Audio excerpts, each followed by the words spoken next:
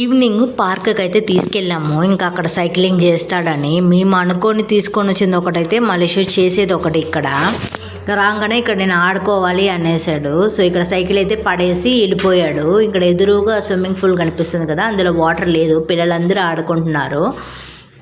మా లిషు అక్కడికి వెళ్ళే టైంకి అక్కడ ఒక పాప అయితే జారే బండ్లాగా ఆడుతున్నది అనమాట.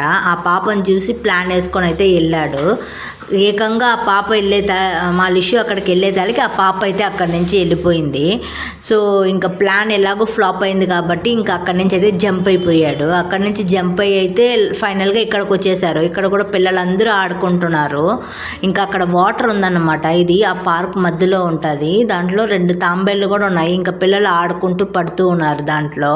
సో ఇంకా దాన్ని చూసుకుంటూ అలా ఉండిపోయాడు. ఇంకా మా హస్బెండ్ అయితే పిలిచి అడుగుతున్నాడు సైకిల్ దోడవా అంటే, ఇంకా పట్టినట్టు అయితే ఇంకా సైకిల్ ఎక్కాడనమాట.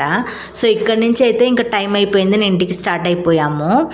ఇంటికి స్టార్ట్ అయ్యే సమయంలో మా లిషుకి అయితే ఆకలేసేసింది. సో ఇంకా నాకేదో ఒకటి కావాలి అన్నాడు. సో ఇక్కడైతే మేము మా ఇంటి దగ్గరే ఉంది ఇది ఎంఎస్ బేకర్స్. ఇక్కడైతే ఒక పిజ్జా అయితే ఆర్డర్ చేసుకున్నాము. ఆర్డర్ చేసి ఇంకా కాసేపుకి అయితే వచ్చేసింది. నాకు చికెన్ పిజ్జానే కావాలి అని చెప్తున్నాడు. సో ఇంకా మేము చెప్పింది కూడా అదే. ఇంక ఇక్కడి నుంచి అయితే తినేసి బయలుదేరి అయితే ఇంటికి స్టార్ట్ అయిపోయాము.